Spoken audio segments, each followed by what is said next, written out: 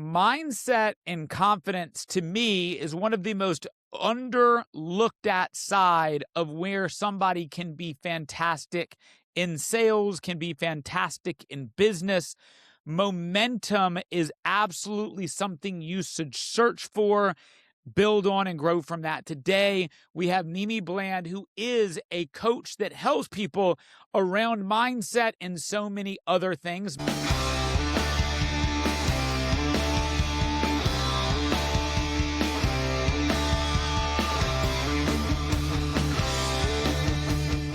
Mimi, how you doing today? I'm really well. Thank you so much for having me on the show today. I'm really excited for our conversation and to I hopefully am help some too. other.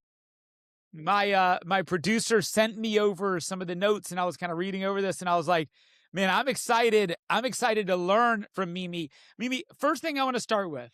I was told this early in my career, and I think I've gotten better at this, but I've never understood it very well. I've always been a very driven person. And I think that in general, if you look at me on the IQ versus EQ side, I think I'm far better on the IQ than I am the alternate side. And a lot of what my mentors early in my leadership career told me is that I need to work more on some of the soft skill side and some of the understanding that goes into that side. What do you think, and is that common for successful entrepreneurs, driven individuals, where they have trouble with the emotional intelligence because they're so focused on the outcome? Is that common, or am I somewhat abnormal? And I'm okay with being abnormal, by the way.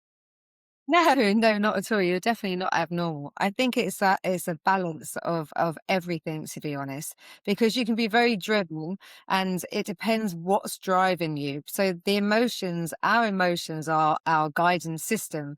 So if you're being driven by fear, if you're being driven by frustration, if you're being driven by it depends what your driver is. So you do need a healthy balance of all of it, really, because if you have no emotional stability as well, then you're always reacting and responding and getting angry and getting frustrated. So you're not actually achieving the results you want. You're actually making it harder for you. So it's like you pushing against yourself, where the results could be a lot more easier if you allowed your emotions and get into alignment. Everything would flow so much easier for you, if And that it's makes it's sense. funny. I hear if somebody has their emotions in check, right? And you hear this a lot on kind of sometimes the sexual dynamic battleground of women and the way they deal with emotions versus men and the way they deal with emotions. And a lot of women will say men that are not emotional don't have a good relationship with their emotions. And as a non emotional man, I tend to think that when you don't get super high and low with your emotions, that tends to be a better grasp of your emotions. But a lot of times, the general consensus I feel is that if you don't have emotional highs and lows, then you're not emotional enough. What are your thoughts on that? No, I don't agree with that. I think that you have to have emotional stability, because if you're Mm, having highs all the time, then you're going to have a crash and then you're going to go to the lows. So, or if you're low, then it's too extreme. So you always want to try and keep a healthy, happy balance. I always find, like, I work with a lot more men than I do with women, okay. but that's my choice. I do work with women leaders, but I prefer working with men, and there is a reason. I find that men are they're very focused on where they're going. They can hone in on what they want, and they can distract all other distractions. Mm, And they have, believe it or not, a lot more control emotionally than a lot more women. So women are very emotional. Obviously, we're two different types of, yep. personalities. And I think, Yep. we were more we're more organizers, and we think of the family, and then we think of our mothers and our fathers. We have all these other things to factor in, plus business, where men can get up. They still have those issues, For but they're sure. very much more driven with things. So they can deal with their emotions a lot better because they can focus, sometimes to the detriment of themselves, because Of sometimes course. they need to feel certain emotions, but they'll block them out. And that's where they then get into trouble later on. Yeah, and it's refreshing to say that because I think a lot of what you just said sometimes can't even be said in today's Yeah. landscape of like you can't even like talk about what's the reality there. And like what you just said to me makes all the sense in the world. And I think there's so much value in why men and women have different relationships with emotion. And there is a distinct advantage Yeah, of definitely. the difference for those people based off of traditional ways that people are tend to, use their advantages. And I think it's a major advantage. Now, you ask my wife, I have no emotions. And I would argue that I probably don't have as much emotions. Now, I'm a guy that is consistent as you get. I wake up every day hopping along, happy go lucky, never had a bad day. I am absolutely driven. I don't let things outside of my control distract my happiness. Um, That's and, really and I don't have a lot of highs. I could have a major win, and I probably am like, okay, cool, box check, move on, which probably I wish I was better at. But I yeah. also I almost don't have any like bad days. Yeah, that's Now amazing. is that mostly a good thing? Is there a negative thing? And is there something hiding behind me that has a chance of like sneaking up on me based off of that assessment? No, I don't think so because, the whole point of life is about having, everything's a vibration and energy. So you want to keep your energy vibrating at a level that's normal. It's normal for us to be happy. It's normal for us to be optimistic. It's normal for us to be focused, but we're so conditioned in this world to always focus on the negatives and to stress and to focus on things that are going wrong, where the more you focus on the things that are going wrong, the more you're going to bring those things into fruition. What you're Mm, doing is you're waking up happy, optimistic, loving life, jolly, jolly, jolly, jolly, jolly. Because, yeah. they won't say happy, happy, happy, happy dead. That's how you should live. But most people are waking up miserable, miserable, miserable, and more miserable and wondering why nothing ever works out for them. So everything's a battle for them, and they're angry. But again, a lot of their emotional stuff comes from the human conditioning from when you was a child. I work with a lot of people that are living a life they really can't stand and they won't change it. And they think they have to live that life because, that's just how it is. And it's not how it is. And that's why you'll never be happy and you'll always fill the void in your life somewhere, somewhere throughout your life. Yeah. I think perspective is such a strong thing. And I think you kind of just mentioned that. Like a small personal story, but it's something that hits close to home.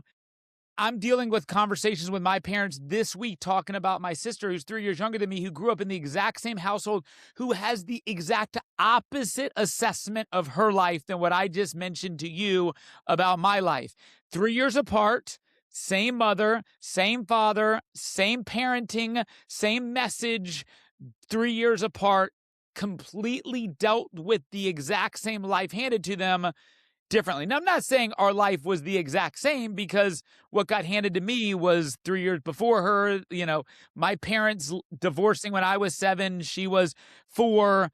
That impacted her differently based off of maturity level. But perspective, I think, is that. Now, is perspective something that can be trained? Is it something that can be adjusted? Or is it something that is just kind of, here's the perspective, now there's exercises on how to deal with it?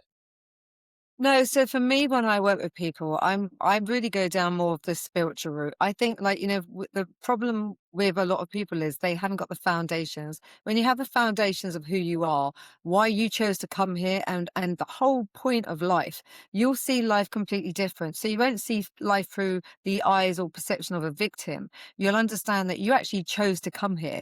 The experiences that you experience, so good or bad, we chose them. And the reason why we chose them was for us to be able to awaken to ourselves. So it gives you responsibility, but it gives you the power back rather than blaming externally meet all the people, you realize they're only there because you actually invited them in on some level, maybe on a subconscious level, but that then gives you the power to be able to transform it and change it. People spend their whole lives in therapy and constantly talking about what they don't want, but all they're doing is perpetuating a life, and that they wonder why their destiny or their lives never change. Different places, different faces, same life experience, because it's the same energy. So the whole point of changing any aspect of your life is to first of all know what you want, because 90% of people don't know what they want. They'll say, I want to be happy.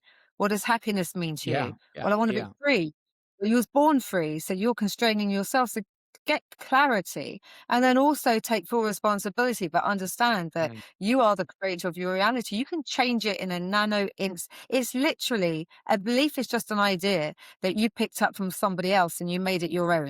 And that's all it is. So you change your belief, change the way you think about something or the story. Like you said, your sister with yourself, you keep telling yourself and you break that story down a bit. And you think, well, why did I think that way? What was it that made me think and feel that way? And you think, well, that's not true.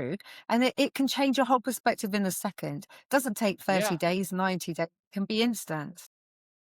Yeah, and I wonder, there is that old argument now that I'm a father and I've got a 5-year-old daughter and a 2-year-old son, is I always wonder like how much of it is nature versus how much of it is nurture. And I feel like I was incredibly lucky to find sales early in my career, and I had a coach and a mentor who taught me success in my day or lack thereof always comes down to three things. And this is kind of my motto when it comes to successful people in my career, in my team, in those things. And that's your success as a salesperson is due to your pitch, your pace, and your attitude. And if you notice there, everything was tied back to me. Nothing was tied back to everything else outside of me, because for me, when you focus on the market, the customer, the day was rainy, all of those things are excuses I'm creating to allow me to fail, instead of when I have to look at myself, the only reason I fail is me. And now, do I want to accept failure or do I want to improve on myself to reduce failure? And I find, why ever focus on anything but yourself? And that's worked well for me. Do you kind of give that same feedback? Yeah, definitely. So you get what you expect in life. So if you expect that sales are going to be hard, they're going to be hard for you. If you expect, and as well, what people don't understand is like it's your perception of yourself, not sales. So if you feel unworthy of earning Mm, money, you're going to jeopardize your money all the time. If you feel unworthy or that, oh, maybe I'm not good enough, or sales is really hard, I never get any leads, and then you start doing the phone calls, you never get the leads, then you're getting proof that what you believe is true for you. So you're cementing a belief that's actually working against you. Because really, every sales call, you could have the results you wanted if you believe that you could. So it's your expectation, it's the way you think about it, it's how you see yourself. So everything, like you said, comes down and it comes back to us all the time. It's never the circumstance. It's your state of being. When you change your state of being, the circumstances have to change to match the way what you're putting out there. and so for me, when I'm coaching a new salesperson who's struggling, I always go back to like, let's focus on you. Let's focus Yeah. on the small things we can do to improvement. Let's change your perspective. Let's change your view. Let's change the things inside of you that can get that. Now, for me, I believe the most important thing when I recruit somebody is not their resume. The most important thing is having a reason to be here and what they want to be. And you mentioned that earlier, having a true drive in what is driving you to do what you do. But you also mentioned something that I see, which is so common that I probably take for granted, comes natural to me, is I've never had a question of knowing what I want. I've never had a question of having a goal. I've had to learn how to set effective goals. I'll talk about that in a second. But why is it most people don't know what they want? And if they don't, how do you teach them? Basically, for me, it's about taking them back to bases, because people, every single person, and anyone that says that they don't know what they want, they're lying to themselves. Everyone knows what they want. They may feel that they're married or they've got themselves into a position or they owe money or they're too old. The amount of excuses we tell ourselves is crazy. because a lot of it comes down to, again, to upbringing as well. So, like, if you like, a lot of people I work with, they're like, they might come from, I don't know, a privileged family, or a lot of Asian people are, the sister's a lawyer, or the doctor's the brother's a doctor. So you have to follow the family business. Otherwise, they feel like they're going to be excluded. But really, they want to be a life coach, or they've always wanted to be a cook. Their inner being is screaming because they're so unhappy. They're going forward in this, in this leadership position, or wherever what they have chosen, but they're not happy. So if you're not happy, you're not driven, you're not passionate about what you do, you're never going to, okay, you might be successful, but it's a hard slog, and you're dragging yourself to the goalpost every single day. So I find that's where a lot of people, go wrong in their lives. I worked with a lady who was on 8 figures working in Harley Street.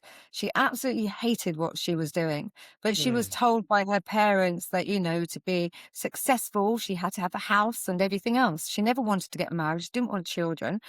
And in the end, when I spoke to her, I was like, well, what do you want to do? She said, I just want to be free. But what's freedom to you? Oh, I love walking. I love nature, but you can't make any money. I said, who says you can't? So if you could be, do, or have anything you wanted, take money out of the equation. What does your ideal life look like to you?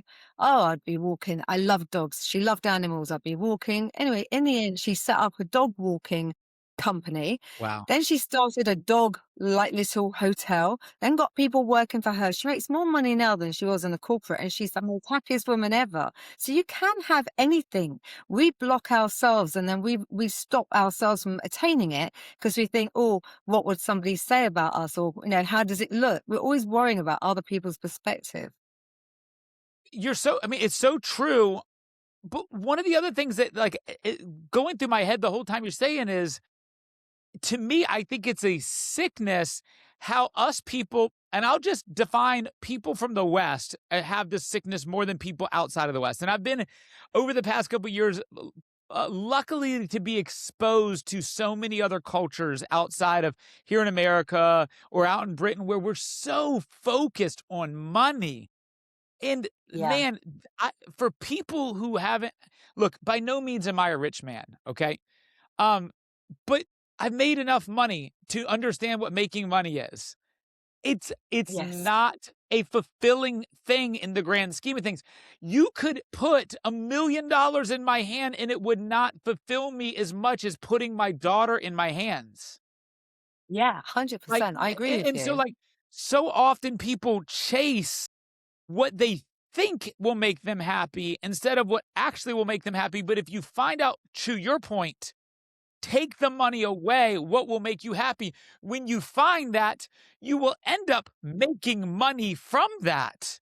100%, It's definitely. almost always the way it goes. When I stopped chasing this big salary and commission, and I figured out that I had a passion for training, growing, and developing entry-level salespeople and helping them advance their career, man, when I was able to dive into that, my career exploded because I had a true vision to wake up ready to attack the day, not for me, but for my people that I'm helping. And I'm sure you have the same thing in what you do. Most definitely. A lot of leaders and founders that I work with, I've worked with some celebrities, some big names, and, I work with multi-billionaires, and to the outside world, they have everything, helicopters, the women, they, whatever it may be. And they're the most broken and miserable people I've ever met in my life. Because like you said, we've been we're living in a world that you think the bigger, the better, the more you have, the bigger success, you're going to feel better, you're going to feel good about yourself. And you really just detach yourself from really everything that's really true and important to you.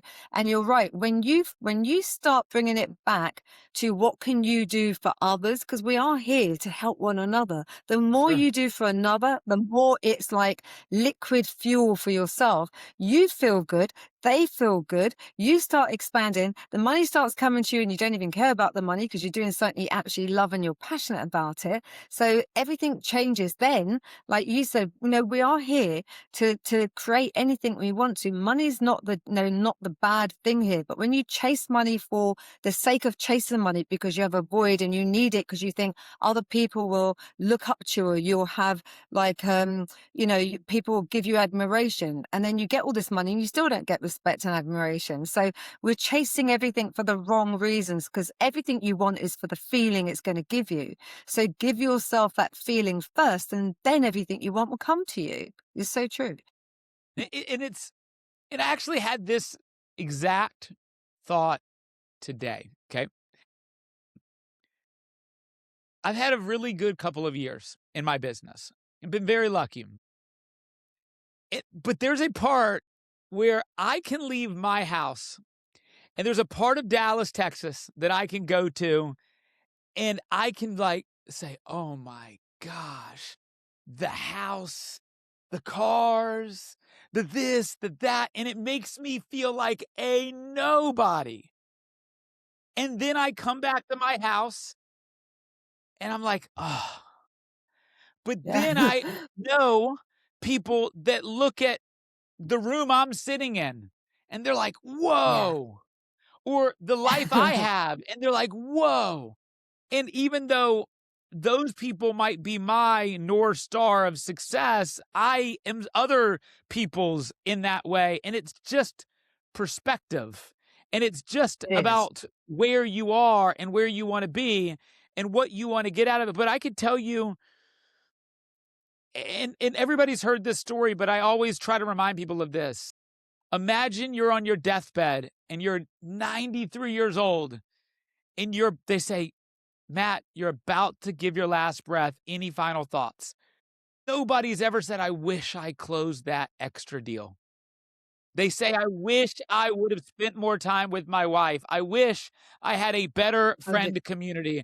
I wish I would have been there for my daughters, whatever. That's always what actually matters in making more money, when you realize that when your career is based off of chasing money, you always have to make money to be fulfilled, and you never can find fulfillment elsewhere. But when you can find other things in that, you can find more fulfillment, more satisfaction. And once again, I don't want to get on the money's not bad, money's great. I want to make as much True. money as possible, but it's 100%. The empty. money. Yeah, well, money in the right hands is so important. Like for me, I want as much money as I can have because I want to do so many good things with money. So money's important, it is. But I've been to the extreme. I've been like with no money, completely homeless, to having great wealth, helicopters, and living the most beautiful life. So I've had both of it. And to be honest, was I happier here? No. Was I happier here? No. It's a happy medium. Happiness comes from inside yourself. Like I've worked 100%. with some people that, yeah, like when I've worked with people that, like I said, have been multi-billionaires, and I've been very fortunate to work with people that are homeless and have nothing. Really, their mindsets they're different, but they're the same because it's a level of happiness. I've worked with people that have nothing, but they're so happy. They don't want anything. And I work with people that have money. They're really happy. Happiness is an inside job. Everything else is like a bonus if you can have it, but it doesn't make you any happier. It just, like you said, I think we're so conditioned to think that if you haven't got the two cars, the two garages, the dog, the cat, the wife, this blah blah blah, you're a failure. And I work with some men that have all that, but they've lost it. And then they go to try to commit suicide or take their lives because they feel like a failure. And Yeah, and they say to me, I can't start again. I said, but you're not starting again. You're starting from 62 years experience. You're starting correct. from a position. You've already done it all. You can attain it again in an instant if you wanted to. I really do feel sorry for men nowadays. I feel the pressure they're under is so much. Again, and I know I'm gonna this isn't gonna be a popular thing to say, but I have two grown up sons and they're married, and I always find that the men now they're sort of like they have to do all the jobs. you come home, you had to do the household and the children. And before, years ago, it used to be where people had roles to support each other. I don't mean like, I know all the women are going to be like, anti-women. It's not about that. But if you're a stay-at-home mum, then we used to stay at home and look after, support the family. So the husband used to go to work and do all those things. Now I think it's just gone a little bit too far. And I think men are finding a little bit that they're losing their place in their role in life as well. I think that puts them under a lot of pressure as well. Men and women are equal, but we're not the same. Like, and Yes, that's definitely. a great thing. We are Yeah, designed by our creator to work as a team and to help each other and benefit each other. Like, definitely. when we had our daughter, you asked me to hold that daughter for more than 5 minutes. It's not something I do well. My wife would sit there for 5 hours holding my daughter and have so much patience. I don't have that. Yeah, But you asked me of to course. go do the other things. I do that because we work together. But I could tell you, as a man, there's nothing I am more proud about in my life than being able to have my wife work optionally. She's a realtor. Yeah, definitely. She can work. Yeah, She doesn't need to yes. work. I have retired my mother-in-law. She lives in our house with us, helping us take care of the kids. My wife is able to work when she wants to work, doesn't need to work. I'm okay with her No. working if she wants Yeah, to. But cool. for me, what fulfills me as a man, as a husband, as a father, is that I want to be able to take that requirement off the plate of my wife and then give it to her as a option, because I think that's my role. Yeah. Now, I'm a Christian man who believes in the value of that kind of conservative, traditional thing, and I believe it works for me, but it's not gonna work for everybody. And No, that's of the course challenge, is not. you have to be able to know who you are getting in bed with and understanding where that dynamic works. Definitely. You have to, like you said, if you're in a family dynamic, you have to work together and you have to make it work together. You have to understand, like, and the same thing, if the husband isn't working and the wife is working, then he has to learn how to support her in her needs as well. But Correct. it has to be a joint team effort. Otherwise it will never Correct. work for you. So Yeah, and not all but yeah, men are designed to be providers, and not all women are designed to be homemakers. Like, there are oh, plenty of dynamics where husbands and wives switch that role and it works perfectly.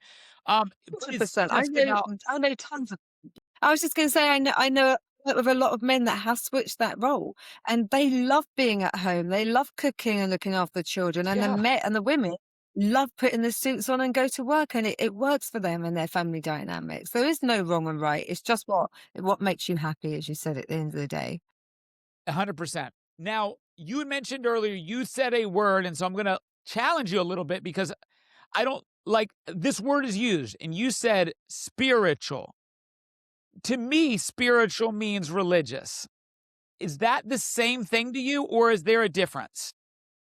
No, I grew up in a very religious household, but no, me personally, can't say I don't like religion. I find religion divides people a lot. For me, it's spirituality. Spirituality means that we are spiritual beings, that, there is nothing external to us. The God, again, that word has got so many bad sort of like write-ups about it, but it's energy, it's spirit, it's who we are. It's, the God consciousness, the Christ consciousness is within us. So for me, it's about who you are being in every moment of the time. You can either like do it alone the hard way, or you can connect to your inner being who's always trying to guide you, who's always trying to lead you. Like if we just shut down our senses and connect to ourselves. So that's the difference. I don't like religion. Sometimes you'll hear that, God is an angry, God is a vengeful God. If you don't do this, you're going to get punished. There is no such thing. There's only Yeah. one energy, and that energy is love. And that is where I come from. Like, it's just a case of, from your own guidance system, if you feel good and you're doing good to help one another, you know that you're working in the energy of love. If you're doing bad or you're doing something to hurt one another, you know that you disconnected from that energy completely. So that's how I sort of look at it and try to Makes sense. teach it in that way. And I completely understand that kind of assessment of the division that creates in that. But I would say, and this is me speaking, not me speaking, guys. I would say that Cool. that's religion being done wrong. And there's, to Yeah, me, no definitely. religion that actually says those things in practice in the way that it should be, whether you're Christian, whether you're Jewish, whether you're Muslim, or any other religion out there.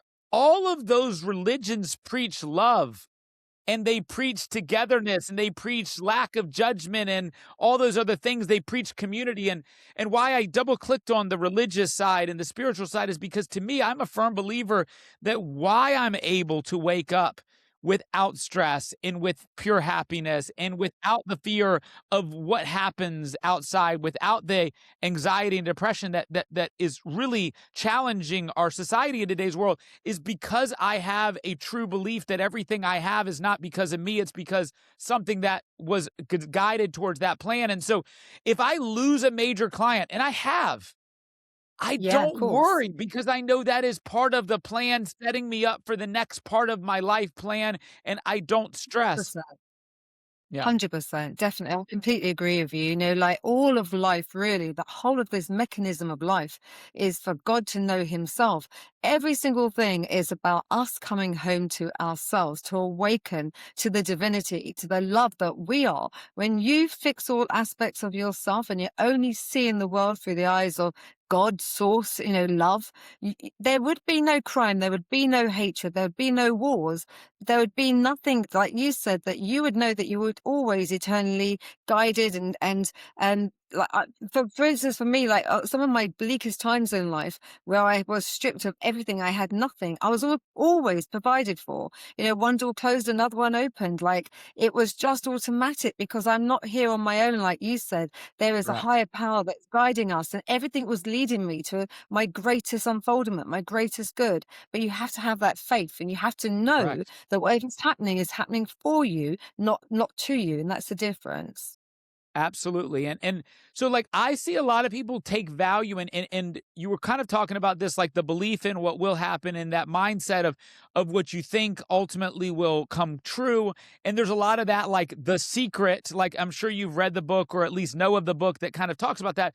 And there's Of a course. lot of that. And um I think I think at least Christianity, which is what I know best, kind of speaks slightly to the opposite of that, but like it speaks to the same general consensus, which is mindset leads you to where you go. In faith on the Christian side kind of leads that way to where faith of your goals leads you there on the secret side. Do you subscribe to the secret working for a lot of people? Yeah, so I mean, I have this debate with my father a lot because my father's a devout Christian. We were brought up in the Christian home, and we have a little tiny, not a difference of opinion. My father always believes that and always says that we are just humble little human beings, and there's nothing we can do. The power isn't within us; it's external to us. So we can't do anything alone. Like we have to have that the external connection. And I always say to my dad, it's the internal connection that connects to the external connection. At the end of the day, there is a law of attraction. What I mean by that is everything is energy. The energy is just there. Energy is neutral. It's not good or it's not bad. It's what you put behind that energy. So whatever you put out there, it is going to come back to you. It's just that we're energy beings. And I've played with this my whole life. I healed my body within 36 hours. I've read in the Bible years ago that creation was complete.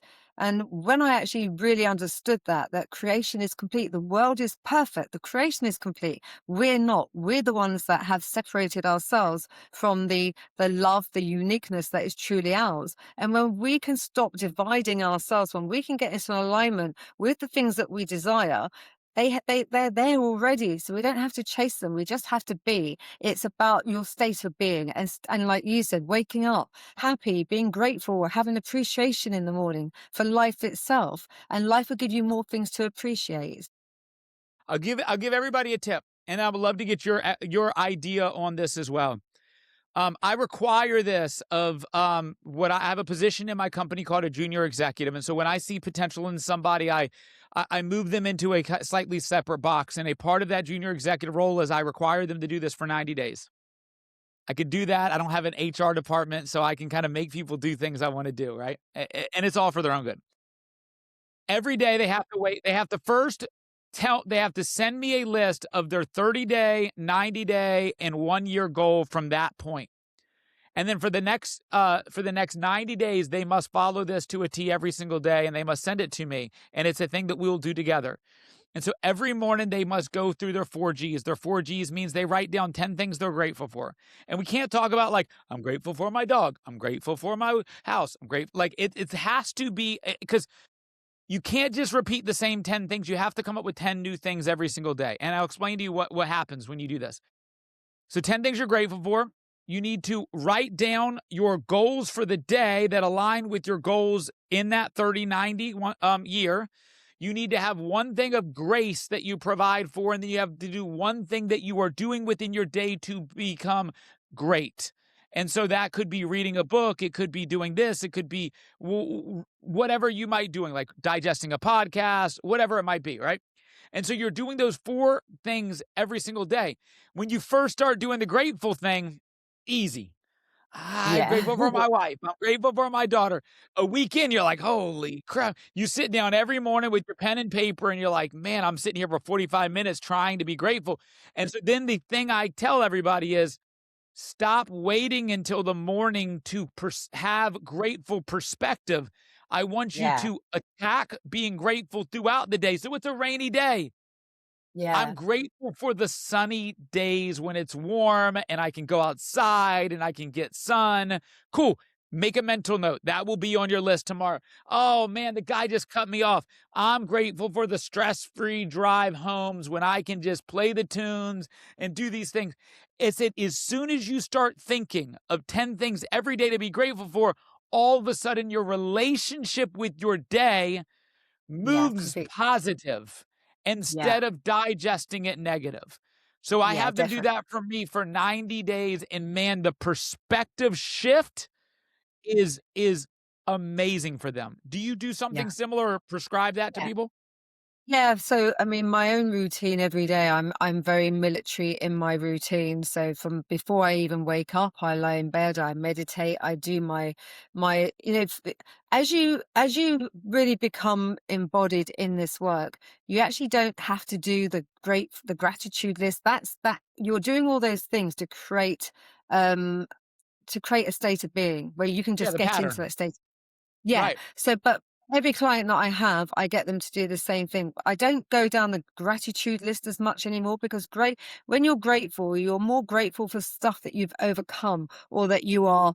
Sometimes it's linked to it's positive, but I always get them to do appreciation. So things that they appreciate. Okay. And I always Yep. get them to appreciate the rain because if it's raining outside, it doesn't mean it's a dull day. That's your perspective. The flowers are happy, like, the trees are happy. So the rain Oof. can be amazing. The children love to put their Wellington boots on and go splashing in the rain. If someone cuts you up in traffic, then that just gives you more time to be able to chill out and relax and just say, Yeah. thank God that, so everything has a positive and a negative meaning. So don't just look for the positives and everything. Look for the other side of things. Well, I'm really grateful that, that I'm safe, and I'm really grateful that I've got, a roof over my head. I'm really grateful today that, that I can tithe and give some money to someone that needs it more. Go and find a person on the street and buy them a sandwich or drop them a book or something. There's so many things we've got to be grateful for, like you said, or appreciate, but we're always looking for the big things. And then sometimes the list starts growing because you're like, oh, what can I write? And it's all about me. It doesn't have to be about you. It could be about humanity and about the world as also. Yeah, and I would argue that when you make it not all about you, it also makes you be more appreciative for who you are, what you have, and all that stuff. Like, there's nothing Definitely. more motivating for me when I wake up every morning. Every morning I wake up and I go to the gym, right? And I Yeah, get up I love it. early in the morning. I do it before the sun comes up because I got to beat my family awake because once my son wakes up, it's daddy, daddy, daddy. So I got to get it in before he wakes up. Um, there's nothing more motivating when I see somebody who's physically handicapped in that gym with me in the morning. And I'm like, how could I sleep in if they can show up? How, like, they're going to be there. How am I going to sleep in? I have got I am in shape. I am in health. I need to go appreciate that ability that I have. Sometimes looking at those things makes you have a better relationship with what you do have.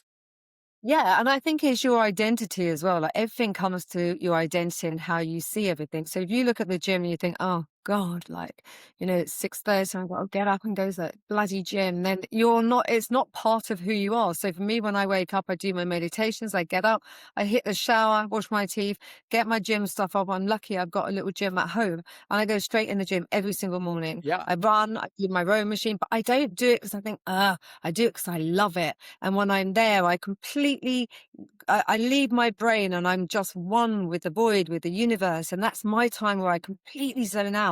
And then I'm energized. I never look at my phone. I tell all my clients, don't ever touch your phone in the mornings. Don't touch your emails. Don't touch your phone for the first half hour, 45 minutes. That is literally where you set your intention for the day, where you do your gratitude list or whatever you want to call it, your appreciation list, where you write down what you appreciate, giving thanks to God for all the things that you have got. Set your intentions for the day. Today I choose to be happy. Today I choose to see the world through the eyes of love or whatever it is for you, and then go forward, because everything you do from that place of, I say, being in the vortex, being in one with God, being in that, creative state, you're going to have a good day. You're setting yourself up for a fantastic day. Because if you go in the morning and you don't do any of that stuff, you open the fridge, the milk falls out all over the floor and you're like, damn. Then you get in the car, someone cuts you off and you're Yeah. angry. And it's just a Momentum, man. snowball. Yeah, it just Momentum is compounds. everything, man. When you have a good day, like have another, have another, have another. I would tell you the times I need to go to the gym the most are the days where I wake up and I'm like, I shouldn't go. Cause Yeah, when you conquer your inner bitch who's like, no, yeah, I can't go today, I'm tired. Those are the yeah, days that are the best when you beat yeah, they are. that inner talk. Yeah, I try to do every quarter, I try to do a 72-hour fast. And when I tell myself, okay, should I do it? And I'm like trying to convince myself, no, I'm like, oh, I got to do it because I'm trying to tell Mm. myself, no, okay, I got Yeah, to do it. And I yeah. never one time, and I've done a 72-hour fast, I think 6 times now. There's not been a single time I completed it that I wasn't glad I did it when I did it. But I can't, I have so far not personally aborted it, but I've had many people who I have suggested to do it who have aborted it. And man, the level of guilt they have that they could not beat their own inner dialogue is so tough. And it's a learning Yeah. lesson. It is, and I think, like you said, like at the end of the day, as I said from the beginning, circumstances of your life, they really do not mean anything. It's just a vibration. It's just a state of it. It's showing you where you've been focusing and what you're giving to your attention. It's like it is your state of being. So for me, I don't eat after say 9 o'clock in the evening, and I don't do it because I fast. I do it as well because I love a clean body. It makes me feel good, and then I don't eat maybe till 2 o'clock in the afternoon every day. So 9 at night, right through to 2 the next day. I've done that majority of my life now. Yeah. I very barely eat breakfast unless I go on holiday. I then seem to ramp up and feel more hungrier. But I don't know. I just love that. That's the way that I have created for me. It doesn't mean it has to work for anyone else, but that's my system. So now my personality is someone who gets up at 5:30, meditates, goes to the gym, does my workout, gets dressed. I don't think about it. It's who I am. And that's when it becomes part of who you are. It's like your personality now. So you don't actually have to fight it as much. At the beginning, you're sort of like, introducing different habits. So you're going to fight yourself. It's like people say to me, oh, I want to lose weight. I'm going on a diet. So don't do that. It's the worst thing you could ever do. Because the minute you say I'm going on a diet, you want to eat the whole fridge. And then they phone me 2 days later, oh, I'm on the settee. I went unconscious. I've eaten all the Haagen-Dazs. I said, because you set yourself unrealistic goals. Just walk to the lamppost every day. Have an apple, incorporate good things, because then your body won't want to eat all the other stuff. So it's like changing it a little bit. It's incorporating the things you do want rather than taking away the things that you think you shouldn't have, because that's when you crave the things.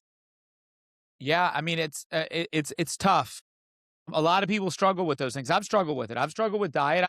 I've been at, right now. I am in my. I'm at the high end of 150 um pounds. I've been as high as 230 pounds in the past 10 years. And a lot of that was due to me just overworking and not living a healthy lifestyle. But I had to like reset my standards because ultimately, those things I was chasing money, I was chasing my career, I was trying to accomplish everything I could.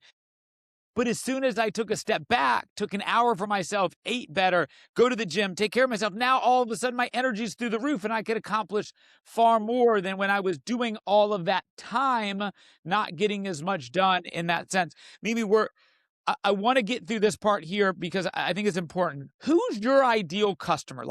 It sounds like to me you've got a very healthy, consistent client base who comes to you for advice. But let's say somebody in our audience needs your help.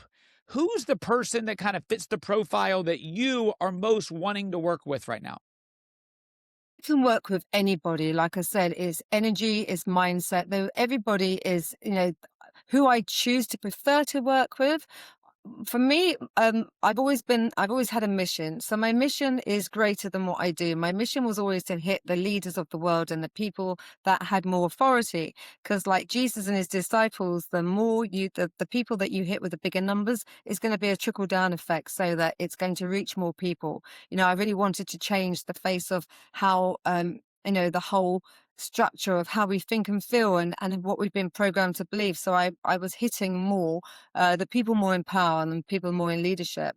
But I like working personally with leaders, CEOs, visionaries. I like to work with people that have a bit of an understanding because otherwise it's a little bit harder work. And it's not something that's not impossible. You can work with anybody, but I like working with people that have a vision, and then I like to expand that vision and then to show them what is capable, because anything's capable in life. We put our own limitations onto everything, and I don't care what it is. I don't care if you've got a health issue, if you've been told you've got one day left to live.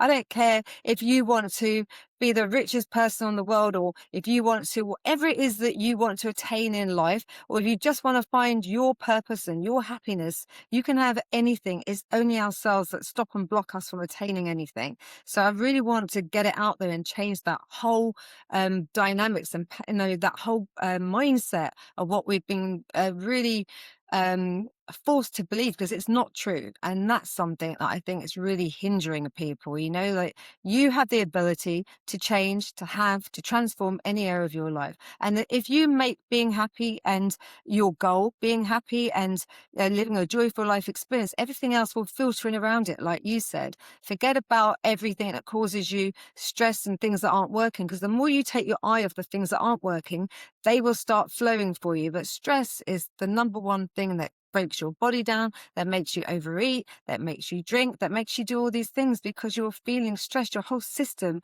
is overloaded. I don't know if Absolutely. that answered your question. No, it sounds Anybody like, I mean, yeah.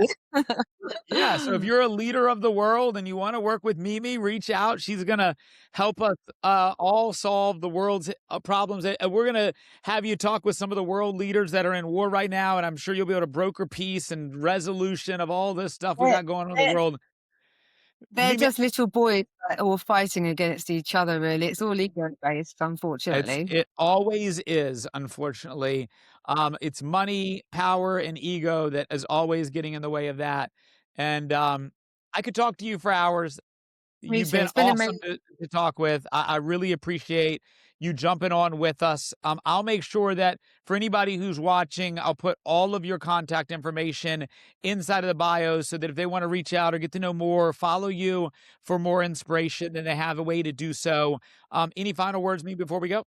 I'd just like to say, I say I work with the leaders. I work with anybody and anyone that is struggling in life with anything. That I've written lots of books out there that is very simple for people to understand. I've got an app out there which is an AI mindset app. If I created it so people have got someone to talk to in that moment. So if you're feeling in despair, you're feeling anxious, you think I've got no one to talk to, can't speak to anyone because no one gets me, you can put in there any question you want and you'll get a response. So there's loads of different ways of getting help out there is all I'm saying. But final words is just remember that we are here to live a joyful life experience. Nothing else matters more than your happiness and you creating a life that you're happy with. Only life is so short and fleeting. So live the life that you came here to live and experience. That's all I'd say to people. And I'll end it and add to that. I think happiness is up to you and nobody else. Don't look at anything outside of right inside your own mind that's going to create the happiness. If you count on a material object, another person, a job, a car, a house, anything to make you happy, you will end up disappointed. You will find happiness through yourself, and that's where true happiness lies. Mimi, I appreciate you joining us today. I've learned a lot, and I hope the audience has as well. Talk to you guys soon. Thank you so much, Matt.